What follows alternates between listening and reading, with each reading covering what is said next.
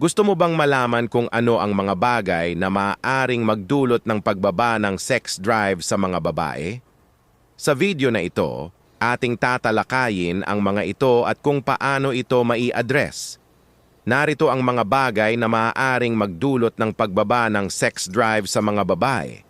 Hormonal imbalance. Ang pagbabago sa antas ng estrogen at testosterone ay maaaring makaapekto sa sex drive. Mga gamot. Ang ilang mga gamot, tulad ng antidepressants at blood pressure medications, ay maaaring magdulot ng pagbaba ng libido, pagbabago sa buhay. Ang mga pagbabago sa buhay, tulad ng pagbubuntis o pagbabago sa trabaho, ay maaaring makaapekto sa sex drive. Menopause. Ang pagbaba ng estrogen level sa panahon ng menopause ay maaaring magdulot ng pagbaba ng libido, vaginal dryness, at iba pang mga sintomas na maaaring makaapekto sa sex drive. Thyroid problem.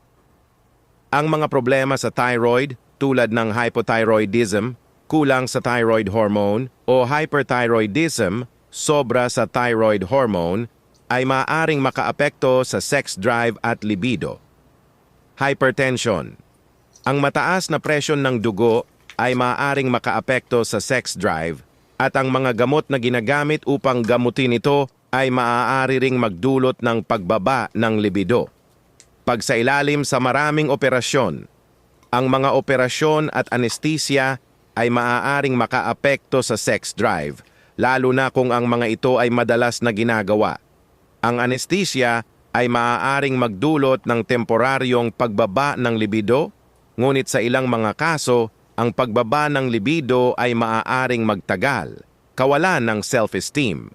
Ang mababang self-esteem ay maaaring magdulot ng pagbaba ng libido.